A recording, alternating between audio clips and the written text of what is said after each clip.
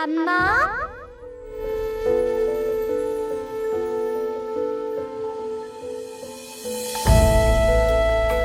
ಅಮ್ಮ ಪ್ಲೀಸ್ ನನ್ನ ಬಿಟ್ಟು ಇನ್ನು ಎಲ್ಲೂ ಹೋಗಬೇಡಿ. I love you. ಆ ಮಗುನ ನೆನೆಸ್ಕೊಂಡ್ರೆ ಪಾಪ ಅನಿಸುತ್ತೆ. ಆದರೆ ಆ ಮಗುಗೋಸ್ಕರ ನನ್ನ ಕೆಲಸ ಮಾಡೋದು ನನ್ನ ಮನಸ್ಸಿಗೆ ಒಪ್ಪಲ್ಲ. ಇಷ್ಟ ಇಲ್ದಿರೋ ಕೆಲಸನ ಕಷ್ಟಪಟ್ಟು ಹೇಗೆ ಮಾಡಲಿ?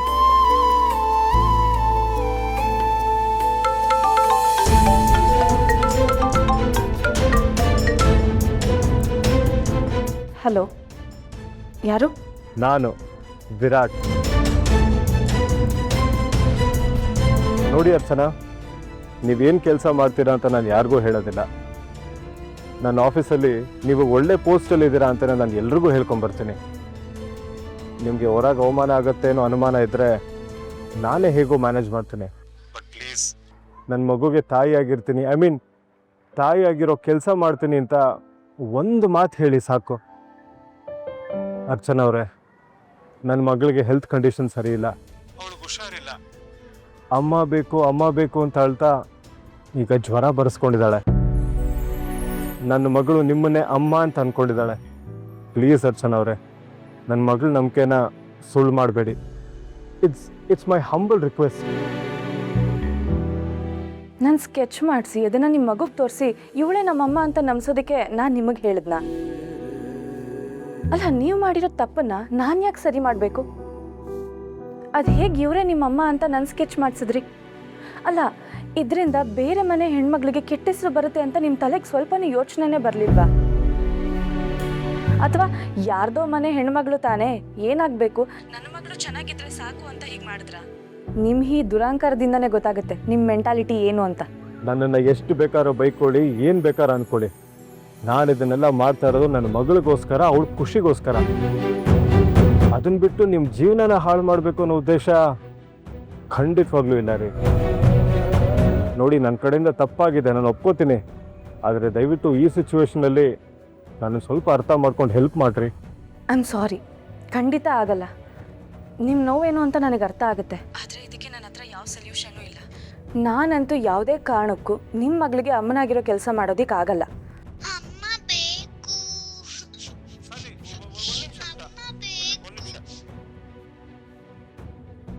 ಕೇಳಿಸ್ಕೊಂಡ್ರೆ ನನ್ನ ಮಗಳು ಅಳ್ತಾ ಇರೋದನ್ನ, ಅಮ್ಮ ಬೇಕು ಅಂತ ಅಳ್ತಾ ಇದ್ದಾಳೆ ಕಣ್ರಿ. ಪ್ಲೀಸ್, ಅವಳ ಹತ್ರ ಒಂದೇ ಒಂದು ಸಲನಾರು ಮಾತಾಡ್ತೀರಾ? ನೋಡಿ, ಪದೇ ಪದೇ ಹೇಳಿದ್ದನ್ನು ಹೇಳಿ ನನ್ನ ತಲೆ ತಿನ್ನಬೇಡಿ. ನೀವು ಈ ವಿಷಯನ ಹಿಡ್ಕೊಂಡು ನನಗೆ ಮತ್ತೆ ಮತ್ತೆ ಕಾಲ್ ಮಾಡಬೇಡಿ. ನೀವು ಎಷ್ಟೇ ರಿಕ್ವೆಸ್ಟ್ ಮಾಡಿಕೊಂಡ್ರು ನಾನಂತೂ ಈ ಕೆಲಸ ಮಾಡಲ್ಲ. ಹಲೋ ಹಲೋ ಹಲೋ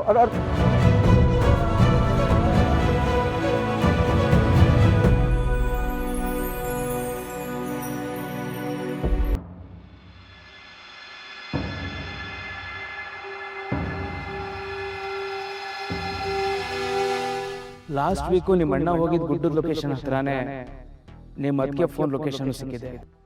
ಆದರ್ಶ್ ಹೇಳಿದ ವಿಷಯದ ಬಗ್ಗೆ ಯಾರ ಹತ್ರ ಮಾತಾಡೋದು? ಅಪ್ಪನ ಹತ್ರ ಕೇಳೋಣ ಅಂದರೆ ಅವ್ರ ಪಾಪ ಮಾತಾಡೋಂಥ ಪರಿಸ್ಥಿತಿನಲ್ಲಿಲ್ಲ. ಅದಕ್ಕೇನು ಕೇಳೋಣ ಅಂತಂದರೆ ಏನು ಅನ್ಕೋತಾರೋ ಏನೋ. ಅಚ್ಚುನ್ ಕೇಳೋಣ ಅಂದರೆ ಅವಳಿಗೆ ಈ ವಿಷಯದ ಬಗ್ಗೆ ಏನೂ ಗೊತ್ತಿರಲ್ಲ. ಅದಕ್ಕೆ ಮದುವೆ ಆಗೋಕ್ಕೆ ಮುಂಚಿನ ವಿಷಯ ಇದು. ಯಾರನ್ನು ಕೇಳೋದು? ಅಪ್ಪನೇ ಕೇಳೋಣ. ಅವ್ರು ಹೇಗೆ ರಿಯಾಕ್ಟ್ ಮಾಡ್ತಾರೆ, ಏನಾದರೂ ಹೇಳಕ್ಕೆ ಪ್ರಯತ್ನ ಪಡ್ತಾರಾ? ಅಬ್ಸರ್ವ್ ಮಾಡಿದ್ರೆ ಏನಾದರೂ ಅರ್ಥ ಆಗ್ಬೋದು.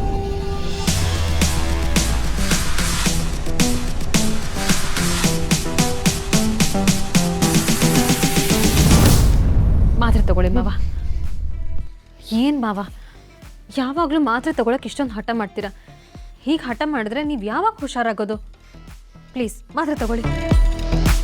ಇನ್ನು ಎಷ್ಟು ದಿನ ಅಂತ ಹೀಗೆ ವೀಲ್ ಚೇರ್ ಮೇಲೆ ಇರ್ತೀರಾ? ಚೆನ್ನಾಗಿ ಊಟ ಮಾಡಿ ಟೈಮ್ ಕರೆಕ್ಟಾಗಿ ಮಾತ್ರೆ ತಗೊಂಡ್ರೆ ತಾನೇ ನೀವು ಬೇಗ ಹುಷಾರಾಗೋದು. ನಮಗೂ ನಿಮ್ಮನ್ನು ಈ ಥರ ಪರಿಸ್ಥಿತಿಯಲ್ಲಿ ನೋಡೋಕ್ಕಾಗ್ತಾ ಇಲ್ಲ ಮಾವ. ನೀವೇ ಈ ಮನೆಗೆ ಮೇನ್ ಪಿಲ್ಲರ್ ಅನ್ನೋದನ್ನು ಮರಿಬೇಡಿ. ದಯವಿಟ್ಟು ಈ ಮಾತ್ರೆ ತಗೊಳ್ಳಿ. ಎಲ್ಲಿ ಮಾಡಿ. ಏನೂ ಆಗಲ್ಲ, ನೀರು ಕೊಡಿ. ಅದಕ್ಕೆ ಅಪ್ಪನ ಜೊತೆ ಇಷ್ಟು ಅನ್ಯೋನ್ಯವಾಗಿದ್ದಾರೆ ಅಂದರೆ ಈ ಹಿಂದೆ ಅದು ಹೇಗೆ ಜಗಳ ಮಾಡೋಕ್ಕೆ ಸಾಧ್ಯ? ಅದಕ್ಕೆ ಆಗಿದ್ದಿದ್ದು ನಿಜನಾ ಅಥವಾ ಈಗ ನಡ್ಕೊಳ್ತಿರೋದು ಸತ್ಯನಾ? ಆದರ್ಶ್ ಹೇಳ್ದಂಗೆ ಇವರಿಬ್ಬರ ಮಧ್ಯೆ ಜಗಳ ಆಗಿದ್ರೂ ಅದು ಬಿಸ್ನೆಸ್ ರಿಲೇಟೆಡ್ ವಿಷಯಕ್ಕಿರ್ಬೋದೇನೋ. ನಾನೇ ಸುಮ್ಮನೆ ಅದಕ್ಕೆ ಬಗ್ಗೆ ಅನುಮಾನ ಪಡ್ತಿದ್ದೀನಿ ಅನ್ನಿಸ್ತದೆ. ನೀನು ಬಂದಿರೋದು ಗೊತ್ತಾಗಿ ನಿನ್ನ ಮುಂದೆ ಒಳ್ಳೆಯವಳ ಥರ ಆ್ಯಕ್ಟ್ ಮಾಡ್ತಾ ಇದ್ದೀನಿ ಚಿರು.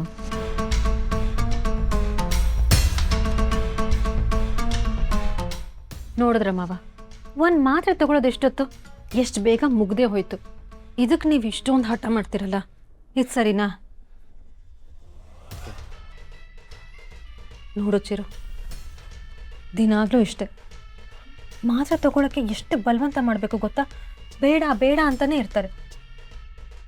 ನಿಮ್ಗಿದೆಲ್ಲ ಇಷ್ಟ ಇಲ್ಲ ಅಂತ ಗೊತ್ತಪ್ಪ, ಆದರೆ ನೀವು ಹುಷಾರಾಗಬೇಕಂದ್ರೆ ಇದನ್ನೆಲ್ಲ ತೊಗೊಳ್ಳೇಬೇಕಲ್ವಾ? ನಾನು ಅದನ್ನೇ ಹೇಳ್ತಾ ಇದ್ದೀನಿ ಚಿರು, ಆದರೆ ಮಾವ ನನ್ನ ಮಾತೇ ಕೇಳಲ್ಲ ಅಂತಾರೆ. ದಿನಾಗ್ಲೂ ಮಾತ್ರೆ ತಗೊಳಕ್ಕೆ ಎಷ್ಟು ಹಠ ಮಾಡ್ತಾರೆ ಗೊತ್ತಾ? ಬಿಡಿ ಅದಕ್ಕೆ, ಇನ್ಮೇಲೆ ನಾನೇ ಅಪ್ಪಗೆ ಮಾತ್ರೆ ಕೊಡ್ತೀನಿ. ಅಯ್ಯೋ ಬೇಡ ಚಿರು, ನೀನು ಯಾಕೆ ಇದೆಲ್ಲ ಮಾಡಬೇಕು? ನಾನಿದ್ದೀನಲ್ಲ, ನಾನು ಮಾಡ್ತೀನಿ. ಮಾವ ಎಷ್ಟೇ ಬೇಡ ಅಂದರೂ ನಾನೇನು ಮಾತ್ರೆ ಕೊಡೋದು ನಿಲ್ಲಿಸ್ಬಿಡ್ತೀನ? ಅವ್ರು ಬೇಗ ಹುಷಾರಾಗಬೇಕು ಅನ್ನೋದೇ ನನ್ನ ಆಸೆ. ಹೌದಕ್ಕೆ, ನೀವು ಹೇಳ್ದಂಗೆ ಅಪ್ಪ ಬೇಗ ರಿಕವರ್ ಆಗಬೇಕು, ಅದೇ ನನ್ನ ಆಸೆ. ಯಾವ ಕಾರಣಕ್ಕೂ ನಾನು ಅದಕ್ಕೆ ಅವಕಾಶ ಮಾಡಿಕೊಡಲ್ಲ ಚಿರು. ನನ್ನ ಕಣ್ಣು ಮುಂದೆನೇ ಈ ಮುದುಕ ನರಳಿ ನರಳಿ ಸಾಯ್ಬೇಕು, ಹಾಗೆ ಮಾಡ್ತೀನಿ. ಮಾವ, ಊಟ ಆಯ್ತಲ್ವಾ? ಜ್ಯೂಸ್ ತಗೊಳ್ಳಿ. ಬೇಡ, ಯಾಕೆ? ಈಗ ತಾನೇ ಊಟ ಮಾಡಿ ಮಾತ್ರೆ ಕೊಟ್ಟಿದ್ದೀನಿ. ಮೇಲಿಂದ ಮೇಲೆ ಈ ಥರ ಜ್ಯೂಸ್ ಎಲ್ಲ ಕೊಟ್ಟರೆ ಅವ್ರಿಗೆ ಇಂಡೈಜೆಷನ್ ಆಗುತ್ತೆ. ಏನೂ ಆಗಲ್ಲ ಸೌಂದರ್ಯ. ನೀವು ಹೆಂಗೆ ಮಾವಂಗೆ ಡೈಲಿ ಮಾತ್ರೆ ಕೊಡ್ತಿರೋ ಹಾಗೆ ನಾನು ಡೈಲಿ ಅವ್ರಿಗೆ ಜ್ಯೂಸ್ ಕೊಡ್ತೀನಿ. ಇವತ್ತಿನವರೆಗೂ ಬೇಡ ಅಂದಿಲ್ಲ, ಇವತ್ತು ಯಾಕೆ ಬೇಡ ಅಂತಿದ್ದೀರಾ? ಫೋರ್ಸ್ ಮಾಡಬೇಡ ದಿಶಾ, ಇದು ಬರೀ ಜ್ಯೂಸ್ ಪ್ರಶ್ನೆ ಅಲ್ಲ, ಭಾವನ ಆರೋಗ್ಯದ ಪ್ರಶ್ನೆ. ಇಷ್ಟು ಹೇಳಿದ್ಮೇಲೂ ಜ್ಯೂಸ್ ಕುಡಿಸ್ಲೇಬೇಕು ಅಂತ ನಿನ್ನ ಹಠ ಇದ್ದರೆ ಮಾವನ್ನೇ ಕೇಳು. ಅವ್ರು ಕುಡಿತೀನಿ ಅಂದರೆ ನನಗೇನು ಅಭ್ಯಂತರ ಇಲ್ಲ, ಕೊಡು. ಮಾವ, ಏನೂ ಆಗಲ್ಲ, ನೀವು ಜ್ಯೂಸ್ ತಗೋ.